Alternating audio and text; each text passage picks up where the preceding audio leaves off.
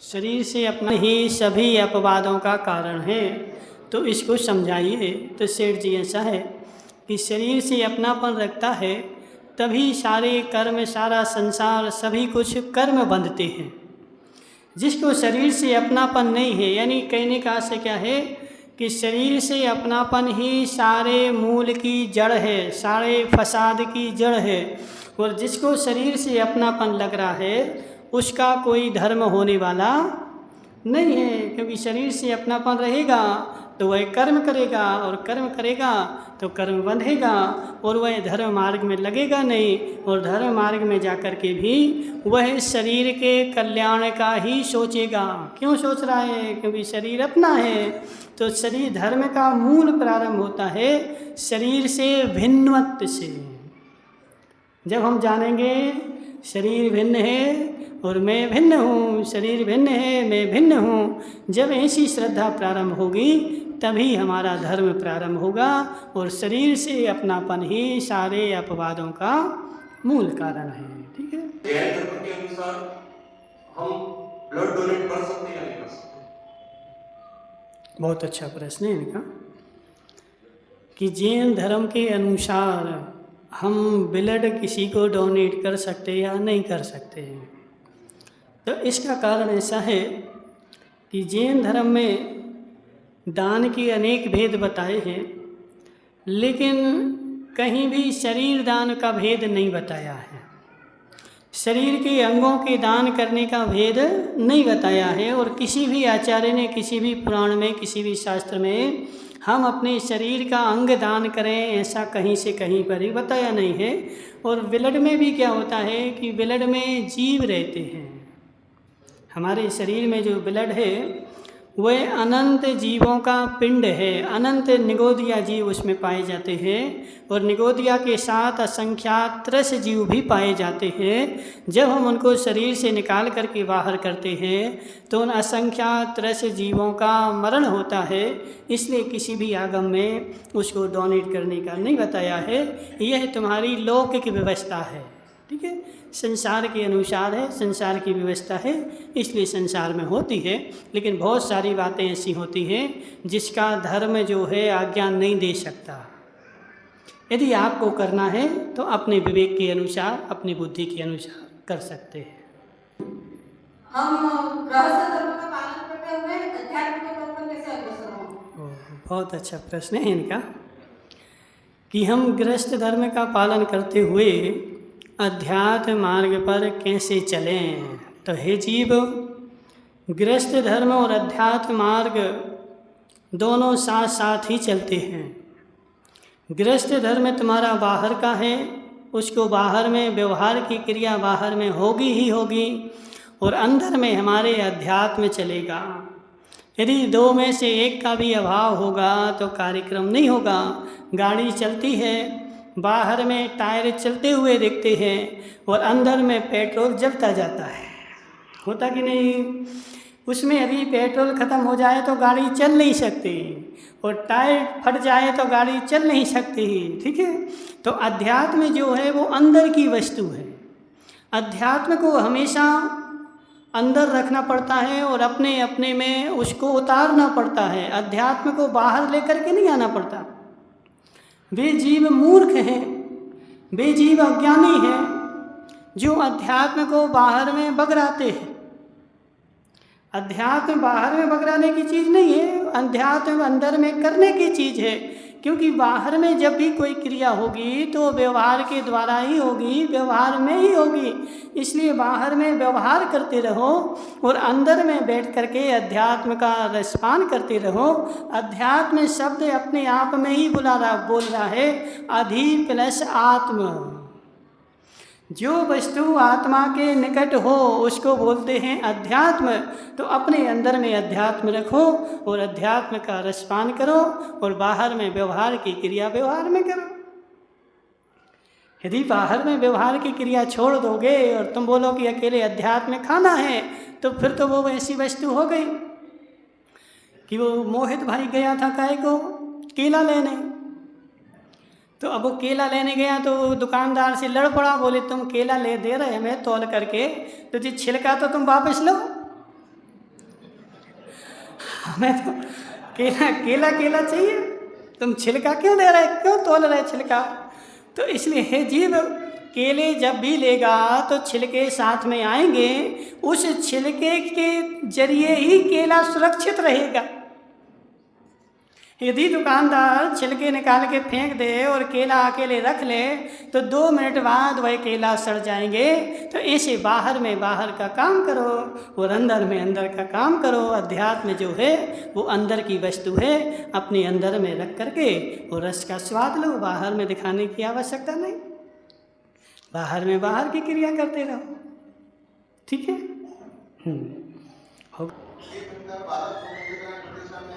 माँ बाप बनने के लिए कौन से नियम का पालन करना पड़ता है? तो अच्छा है, तीर्थंकर बालक वर्तमान में पंचकरणक होते हैं, तो उन बालक का उन्हीं का बोल रहे हैं कि साक्षात तीर्थंकर का बोल रहे हैं? अभी के तो वर्तमान में पंचकरणक होते हैं, उनमें माता पिता बनने के लिए किन किन नियमों का पालन करना पड़ेगा? तो उनमें सबसे पहला तो ब्रह्मचर्य का नियम है, ठीक है, आजीवन के लिए।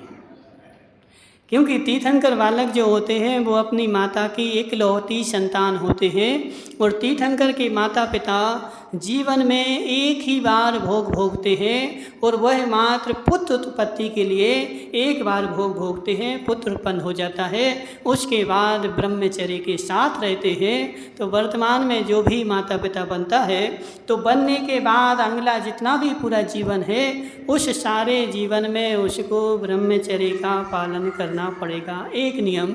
और छोटे छोटे बहुत सारे होते हैं जो प्रतिष्ठा शास्त्रों में लिखे हुए हैं।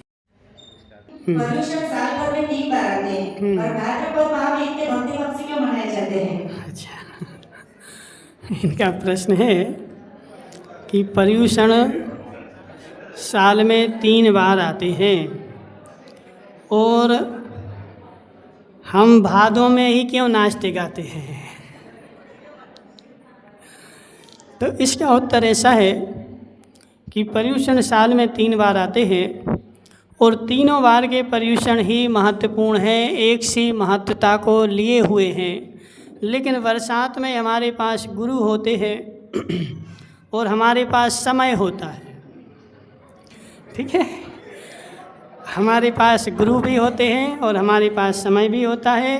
इसलिए हम बरसात के समय उनको भक्ति भाव से मना लेते हैं। लेकिन अन्य 2 समय भी मनाओगे तब भी तुम्हें उतना ही पुण्य का बंध होगा।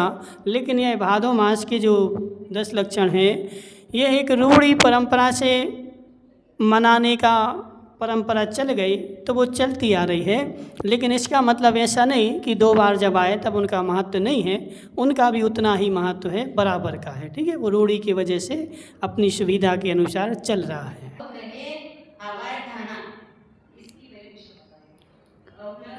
प्रश्न है अवग्रह, ईहा, अवाय, धारणा क्या होता है? बहुत अच्छा प्रश्न है। ये जो 4 भेद हैं, ये 4 भेद मति ज्ञान के 4 भेद हैं, ठीक है।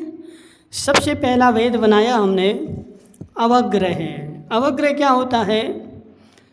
सबसे पहले विषय विशेष सन्निपाते सती दर्शनम मर्थ भवति, तदनंतर मर्थ ग्रहणम अवग्रह। सर्वार्थ सिद्धि की परिभाषा है। विषय और विषय का सन्निपात होता है, संबंध होता है, तो उसको अपन बोलते हैं दर्शन। दर्शन के बाद जो सर्वप्रथम अर्थ का ग्रहण होता है उसको बोला जाता है अवग्रह, यानी पदार्थ का सर्वप्रथम ज्ञान में आना, इसका नाम है अवग्रह, ठीक है। अवग्रह मतलब एक मोटी भाषा में जो शास्त्रों में उदाहरण दिया जाता है कि कुछ है, ऐसा ज्ञान में आया, कुछ है, तो कुछ है जो आया उसको हम बोलेंगे अवग्रह। फिर नंबर 2 आता है ईहा। ईहा का मतलब इच्छा, ठीक है, इच्छा का शॉर्ट फॉर्म ईहा हमने बनाया है। तो ईहा मतलब इच्छा, यानी कुछ है, तो फिर हमारी जिज्ञासा हुई क्या है। जो हमने बोला क्या है, ये क्या है शब्द ईहा हो गई, यानी उसको और आगे जानने की जिज्ञासा, उसका नाम है ईहा। ईहा के बाद आता है अवाय। अवाय मतलब यह है। वस्तु को जान लिया, पहचान लिया लक्षणों के द्वारा, तो वह हो गया अवाय, मतलब हमने ज्ञान के द्वारा जान लिया यह वस्तु है। जैसे कि माना कि जी अनिल भाई तलाटी हैं, ठीक है, तो अनिल भाई तलाटी 1 किलोमीटर दूर से चले आ रहे थे। अब नियम की अम्मा ने देखा कोई दूर से आ रहा है, कुछ आ रहा है, ठीक है ना, तो कुछ आ रहा है, मतलब अभी इनको ये पता नहीं चला कि आदमी आ रहा है, कि पुरुष आ रहा है, कि गाड़ी आ रही है, कि हवा चल रही है, ये नहीं पता, मात्र इतना पता है कि कुछ है। तो जो कुछ है उसको बोलते हैं अवग्रह। और फिर कुछ है तो मन ने बोला क्या है, इहा, ठीक है। और जब ये पास में आ गए तो अपन ने जान लिया कि ये संतोष के भाई अनिल तलाटी हैं। तो जैसा जानना अब आए, और फिर कालांतर में वही धारणा बन जाना। 1 साल बाद कहीं मिले तो अपन ने देखा जी अनिल तलाटी वही अनिल तलाटी है, वहाँ आए थे, यानी तुम्हारे मन में वो धारणा बनी थी, तो वह होता है धारणा। तो यह मति ज्ञान के 4 भेद बताए गए हैं, अवग्रह, इहा, अवाय, धारणा, ठीक है। मयट प्रत्यय क्या होता है, और अगर जीव उपयोग में ही है तो फिर मति ज्ञान, श्रुत ज्ञान, अवधि ज्ञान, मनः ज्ञान या आत्मा का स्वरूप क्यों नहीं है, और उसमें निमित्त और नैमित्तिक संबंध कैसे होता है? किसमें? इसमें प्रश्न है, शास्त्रीय प्रश्न है कि मयट प्रत्यय क्या होता है, सबसे पहला प्रश्न है। तो मयट प्रत्यय जो होता है वह संस्कृत में तन्मय अर्थ में लगता है, ठीक है। मयट का मतलब होता है जो वस्तु जिस पदार्थ से जुदा नहीं की जा सकती, उस वस्तु को बताने के लिए मयट प्रत्यय का उपयोग होता है। जिससे हमने बोला आत्मा ज्ञानमयी है, तो जो मयी बोला ना, यही मयट प्रत्यय है, आत्मा ज्ञानमयी है। अब ये बताओ कि कौन सा काल आएगा जब आत्मा ज्ञान से अलग हो जाएगी। अग्नि उष्णतामयी है, अग्नि को उष्णता से अलग कर सकते क्या? नहीं कर सकते, ठीक है। तो हर पदार्थ में ले लो, जी तुम्हारा मंदिर जो है सफ़ेदमयी है, अब एक काम करो, इस मंदिर को बने रहने दो और सफ़ेद ही निकाल दो, निकाल सकते क्या? क्यों? यदि सफ़ेद ही निकालोगे तो मंदिर ही निकल जाएगा, मंदिर बचेगा नहीं, ठीक है ना।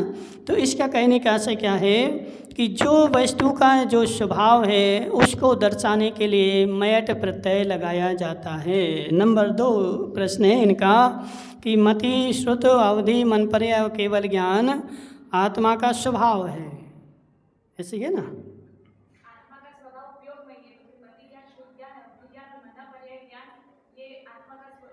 अच्छा, ये 5 प्रकार का ज्ञान, आत्मा का स्वभाव जो है वो ज्ञान है, ठीक है। और जो 5 जो हैं वो ज्ञान की पर्याय हैं। ये 5 जो है ना, ये ज्ञान नहीं है, ज्ञान की पर्याय हैं। और पर्याय जब भी होती है तो एक समय में एक ही पर्याय होगी, एक समय में 2 पर्याय नहीं होगी। सत रूप से रह सकती हैं लेकिन उपयोग रूप से एक समय में एक ही पर्याय होगी। तो 5 पर्यायों में से जब मति ज्ञान की पर्याय होती है तो श्रुत ज्ञान का उपयोग नहीं होता, जब श्रुत का होता है तो अवधि का नहीं होता, अवधि का होता है तो मन पर्याय का नहीं होता। और जब केवल ज्ञान आ जाता है तो यह 4 पर्याय खत्म हो जाती हैं, क्योंकि केवल ज्ञान पर्याय जो है वह स्वभाव पर्याय है और 4 जो हैं यह विभाव पर्याय हैं। ज्ञान 5 प्रकार का नहीं है, उनकी पर्याय 5 प्रकार की हैं। ज्ञान तो एकमात्र की ज्ञान है और वह ज्ञान जो है वो द्रव्य का गुण है, ठीक है। हाँ बोलो। चाहे बैठ जाओ। इनका प्रश्न है ज्ञानावरणी दर्शनावरणी कर्म का आश्रय किन कारणों से होता है? तो इसका उत्तर तत्वार सूत्र के 7वें अध्याय में लिखा है, तत् प्रदोष नैनो माश्चर्य अंतराय साधनोपदाता ज्ञान दर्शनावरणयो, ठीक है ना। तो किसी को भी हम यदि ज्ञान में दर्शन में बाधा पहुंचाते हैं, मोटे रूप में देख लें, तो उससे हमें ज्ञानावरणी का बंध होगा। ज्ञान के उपकरणों की आसाधना करना, कोई को पुस्तक चाहिए थी, हमने पुस्तक छिपा दी। हमें कोई ज्ञान था और किसी ने हमसे पूछा, लेकिन यह हमारा शत्रु है और यदि हम इसको बता देंगे तो ये पंडित बन जाएगा, इसलिए हमने उससे बोल दिया नहीं बता, हमें पता ही नहीं है। तो उससे तत् प्रदोष नेहनव मासरे अंतराय साधनोपदाता ज्ञान दर्शना वर्णयो। तो ज्ञान के संबंध में जो भी विवाद करोगे मतलब उल्टा ज्ञान भी किसी को बताओगे तो भी ज्ञानावरणी कर्म का बंध होगा। ज्ञान के उपकरणों का साधना करोगे तो ज्ञानावरणी कर्म का बंध होगा। और ज्ञान के पुस्तक वगैरह मंदिर में यहाँ की वहाँ डाल दी, उसका हमने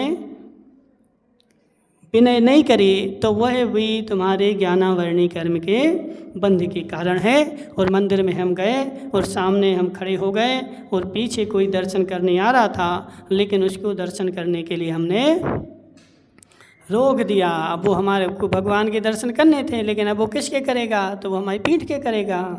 तुम्हारी पीठ के करेगा तो तुम्हें दर्शनावरणी कर्म का बंध होगा। ठीक है।